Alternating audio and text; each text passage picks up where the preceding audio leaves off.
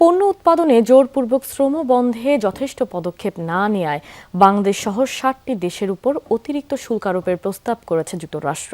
গত মার্চে শুরু হওয়া এক তদন্তের ফলাফলের ভিত্তিতে এই পদক্ষেপ নিয়েছে মার্কিন বাণিজ্য প্রতিনিধির কার্যালয় ইউএসটিআর। দেশটির ট্রেড অ্যাক্ট সেকশন ৩০১-এর আওতায় পরিচালিত হয় ওই তদন্ত। ইউএসটিআর বলছে ৬০টি দেশ কার্যকরভাবে ফোর্সড লেবার বা জোরপূর্বক শ্রমে তৈরি পণ্যের বাণিজ্য ঠেকাতে ব্যর্থ হয়েছে। এতে মার্কিন বাণিজ্য ক্ষতিগ্রস্ত হচ্ছে এবং তৈরি হচ্ছে অসম প্রতিযোগিতা।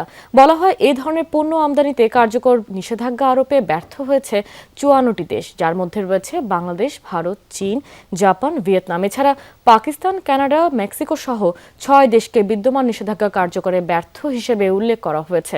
যেসব দেশ জোরপূর্বক শ্রমে তৈরি পণ্য আমদানি নিষিদ্ধ করেছে বা প্রতিশ্রুতি দিয়েছে, তাদের ক্ষেত্রে অতিরিক্ত ১০% শুল্ক এবং অন্য দেশগুলোর জন্য প্রস্তাব করা হয়েছে ১২.৫% শুল্ক। তবে বস্ত্র ও পোশাক খাতের জন্য ছাড়ের ব্যবস্থাও রাখা হয়েছে।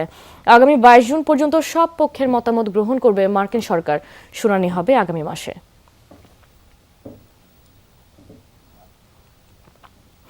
দর্শক, মার্কিন বাড়তি ট্যারিফ আরোপ হলে বাংলাদেশের শিল্প বাণিজ্যে কী ধরনের প্রভাব পড়বে তা জানতে আমাদের সাথে যোগ দিচ্ছেন সহকর্মী তৌহিদ হোসেন। তৌহিদ, আবারও বাড়তি ট্যারিফ খরচ ঝুলছে, এতে রফতানি বাণিজ্যে কী ধরনের চ্যালেঞ্জ তৈরি হবে? আসলে এটা বাণিজ্য ক্ষেত্রে যে আসলে নতুন করে ট্যারিফ আরোপ হয়ে গেছে সেটি বলা যাবে না। এটি এক ধরনের প্রস্তাব এবং এই প্রস্তাবটি এমন সময় এলো যখন রিসিপ্রোকাল ট্যারিফ, যেটি যুক্তরাষ্ট্রের সাথে বাংলাদেশের এক ধরনের আগের বাণিজ্য চুক্তির আওতার ভিতরে পড়েছে, সেটি নিয়ে যখন আলোচনা হয়েছে এবং দেশটির উচ্চ আদালত বা সর্বোচ্চ আদালত যখন সেটি নিয়ে নানা ধরনের পর্যবেক্ষণ দিচ্ছে, তখন কিন্তু হঠাৎ করেই মার্কিন বাণিজ্য প্রতিনিধির যে বিভাগ অর্থাৎ ইউএসটিআর, সেখান থেকে এই ধরনের নতুন শুল্ক আরোপের একটি প্রস্তাব আমদানির ক্ষেত্রে আসলো এবং সেই ক্ষেত্রে বলা হচ্ছে যে জোরপূর্বক বা জবরদস্তিমূলক শ্রমের মাধ্যমে যেসব পণ্য তৈরি হচ্ছে বিভিন্ন দেশে, যেখান থেকে মার্কিন যুক্তরাষ্ট্র পণ্য আমদানি করে, এমন ৬০টি দেশের উপর তারা চিহ্নিত করে তারা এই ধরনের ১০% এবং ১২.৫%, অর্থাৎ যেসব দেশের সাথে তাদের আগে থেকেই এক ধরনের অ্যাডজাস্টমেন্ট আছে বাণিজ্যের ক্ষেত্রে, তাদের উপর ১০% এবং যাদের সাথে এখনো তাদের কোনো ধরনের বাণিজ্যের কোনো ধরনের চুক্তি নেই এবং ৪৫টি দেশ এমন আছে তাদের ক্ষেত্রে এই বিষয়টি অর্থাৎ শ্রম সংক্রান্ত যে বিষয়টি, এটি এখনো তদন্ত চলছে। এদের ক্ষেত্রে ১২.৫% শুল্ক আরোপের প্রস্তাবটি করা হয়েছে। আপনি যেমনটি বলছিলেন যে এটি ২২ জুন পর্যন্ত সবার মতামত লিখিত আকারে নেওয়া হবে এবং আগামী জুলাইয়ের ৬ তারিখে কিন্তু এটির উপর এক ধরনের শুনানি অনুষ্ঠিত হবে।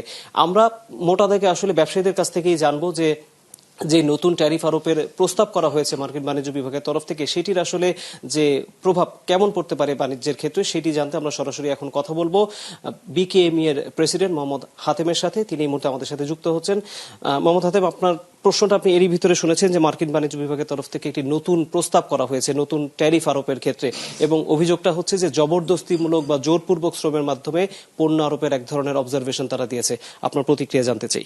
আমরা ছোটবেলায় গ্রাম দেশে দেখেছি বা শুনেছি যে গ্রামের যারা মাতবর মোড়লরা একজনের ধরার জন্য একটা অজুহাত খুঁজতো, তো অজুহাত খুঁজে ওই অজুহাত দিয়ে তাকে ধরতো।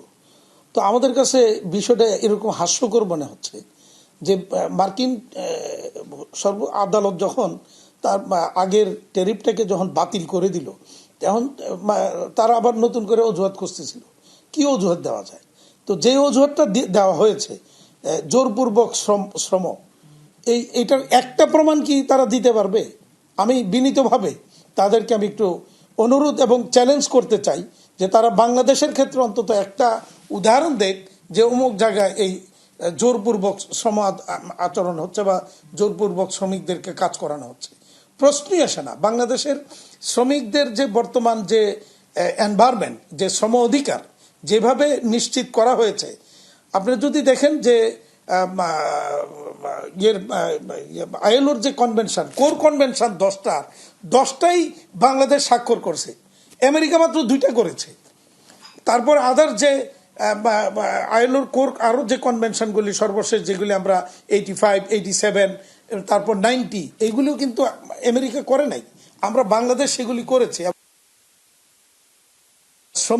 শ্রমিক মালিকের একটা সৌহার্দ্যপূর্ণ সম্পর্ক যথেষ্ট যেটাকে মেনটেন করার জন্য। সুতরাং এই ধরনের অভিযোগ কোনোভাবেই গ্রহণযোগ্য নয় আমেরিকার, যেটা তারা বলতে চাচ্ছে। আর তাছাড়া এখন 10% আর বাকিদের কারো কারো এখন যেগুলি এখনো তারা মূল্যায়ন করে সারে নাই, সেগুলির উপরে 12.5% যেটা দেওয়ার চেষ্টা করছে। এটা মূলত ওই যে তাদের আদালত বাতিল করে দেওয়ার কারণেই আরেকটা ক্লজে গিয়ে তারা এটাকে দেওয়ার চেষ্টা করছে।